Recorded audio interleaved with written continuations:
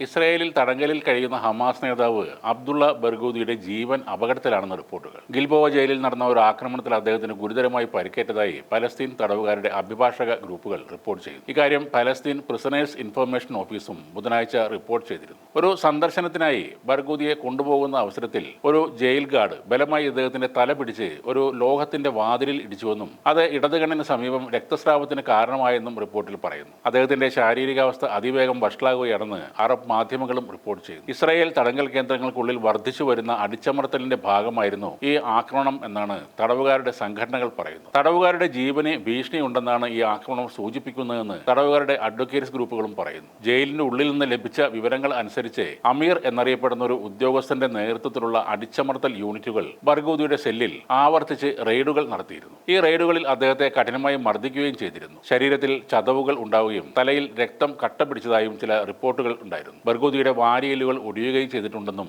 ആ റിപ്പോർട്ടിൽ പറഞ്ഞിരുന്നു. അദ്ദേഹത്തിന്റെ ആരോഗ്യം വളരെ അപകടകരമായ അവസ്ഥയിലാണെന്നും നിരന്തരം കൊലപാതക ശ്രമങ്ങൾ അദ്ദേഹത്തിന് നേരെ ഉണ്ടാകുന്നു എന്നും പലസ്തീൻ പ്രിസണേഴ്സ് ഇൻഫർമേഷൻ ഓഫീസ് 2025 ഏപ്രിലിൽ തന്നെ ഒരു മുന്നറിയിപ്പ് നൽകിയിരുന്നു. ജയിലിലെ സാഹചര്യങ്ങൾ വഷളാകുന്നതും തടവുകാർക്ക് ഏർപ്പെടുത്തിയിരിക്കുന്ന ഭക്ഷണക്രമത്തിലെ കുറവും കാരണം ബർഗൂദിക്ക് അപകടകരമായ രീതിയിൽ ഭാരം കുറയുന്നതായും അയാളുടെ അഭിഭാഷകൻ പറഞ്ഞു. ഭക്ഷണം, വൈദ്യസഹായം, ദൈനംദിന ജീവിത സാഹചര്യങ്ങൾ എന്നിവയിലെ നിയന്ത്രണങ്ങളും ഇവരെ സാരമായി ബാധിക്കുന്നുണ്ട്. ദീർഘകാല തടവുകാർ പ്രത്യേകിച്ച് ദുർബലരാണെന്ന് നിരീക്ഷകർ മുന്നറിയിപ്പ് നൽകിയിരുന്നു. നിഴലിന്റെ രാജകുമാരൻ എന്നറിയപ്പെടുന്ന അബ്ദുള്ള അൽ ബർഗൂദി ഏറ്റവും കൂടുതൽ കാലം തടവിൽ കഴിഞ്ഞ പലസ്തീനികളിൽ ഒരാളാണ്. 2003 മാർച്ച് 5 തന്റെ മകളെ ചികിത്സക്കായി കൊണ്ടുപോയ സമയത്ത് റാമള്ള ആശുപത്രിക്ക് പുറത്തു വെച്ചാണ് ഇസ്രായേൽ സൈന്യം അദ്ദേഹത്തെ പിടികൂടുന്നത്. പിന്നീട് അദ്ദേഹത്തിന് 67 ജീവപര്യന്തം തടവുകളും 5200 വർഷം തടവിന് ലഭിച്ചു. ഏകദേശം 9 വർഷം അദ്ദേഹം ഏകാന്ത തടവിലാണ് കഴിഞ്ഞത്. 1996 യഹ്യ അയ്യാഷിന്റെ കൊലപാതകത്തിന് ശേഷം വെസ്റ്റ് ബാങ്കിലെ അൽഖസാം ബ്രിഗേഡുകളിലെ ഏറ്റവും മുതിർന്ന വ്യക്തികളിൽ ഒരാളായാണ് ഇസ്രായേൽ അദ്ദേഹത്തെ കണക്കാക്കുന്നത്. 60-ലധികം ഇസ്രായേലികളുടെയും 5 അമേരിക്കക്കാരുടെയും മരണത്തിന് ഉത്തരവാദിയായ ബർഗൂദി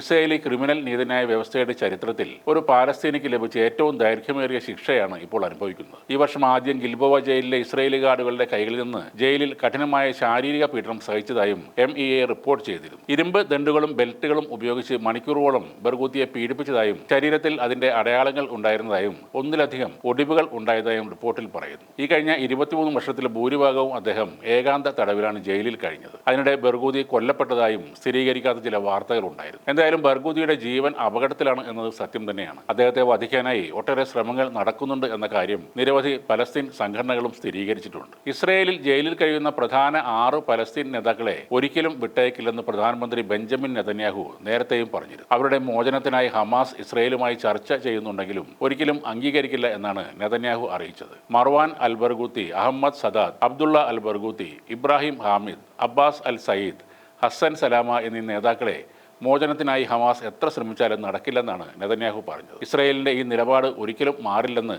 ഉന്നത സൈനിക ഉദ്യോഗസ്ഥരും വ്യക്തമാക്കിയിരുന്നു.